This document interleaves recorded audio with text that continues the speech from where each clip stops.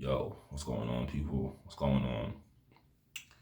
So, if you didn't know, for the past couple of days, the big talk on the internet has been this whole allegation of Big Meech being a rat, being an informant. Well, not an informant, but a rat. And I'm just selling myself like this actually matters. Like, most of people who watch this kind of content aren't personally affected by him telling like 20 years ago. Because I got videos on my stance on snitching. I have a personal experience with it myself. But I feel like some snitching is okay. You know, it's okay to snitch, depending on the situation. Now, it's not okay if you commit a crime with somebody and then you tell on them. I feel that's pretty dirty. I feel like you should, have a little honor. But it ain't no honor amongst thieves. But I'm watching these, looking at the comments. Sometimes, if I feel like the person that's talking, isn't really interesting, I'll just watch. I'll just read the comments, and I learn more from the comments than I do the actual video. And what I'm learning from the comments is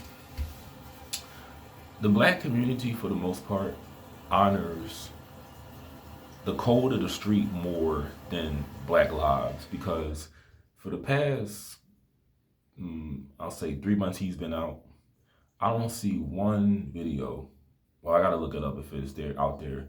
But most majority of videos is celebrating this man being released. But I don't see one video that talks about all the destruction that the poison that he served in these communities did to break up families. It caused deaths, overdose. People going to jail, getting caught with that shit. I not one video did I see about that. Because if you didn't know, I personally hate drug dealers. I feel like they're the scum of the fucking earth. Drug dealers are worse than pedophiles in my book. That's how much I hate drug dealers. But I don't respect anyone that gets rich off of another person's pain and suffering. Because I personally knew somebody that was strung out on some shit, and looking at it firsthand, you're just like, wow. Like, you make a living off of someone's pain and suffering, and you sleep well at night knowing this is how they have to get through life. Like, that's a very cold-hearted person to me. And I don't have no sympathy if they locked him up for like life, which I feel like he should have got. I wouldn't feel no kind of way, because all the lives that he took, all the lives that he destroyed, 30 years cannot make up for the destruction that he's done. And I feel as a community, this is why we are in the situation we're in, because we glorify people like this when, if anything, I feel like I really wish this story of him telling was first revealed when he got convicted. Because when the other dude, when the Rafe Webman guy was released, it wasn't really a big deal because he was a rat. People knew he told.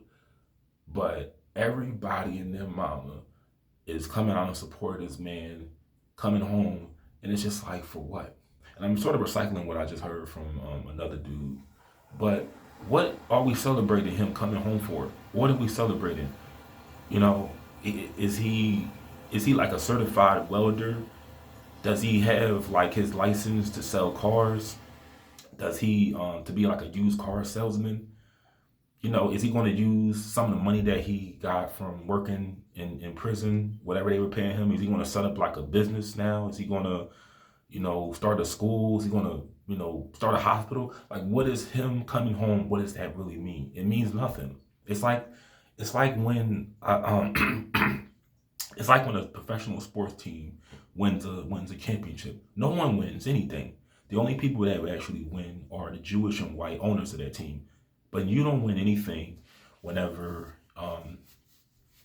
a member of your community that destroy your community comes home. No one wins. He has nothing to bring to the table. Only thing he has to bring is stories of his life in there or his life on the streets. That's all he can really do. Well, actually, that's actually good.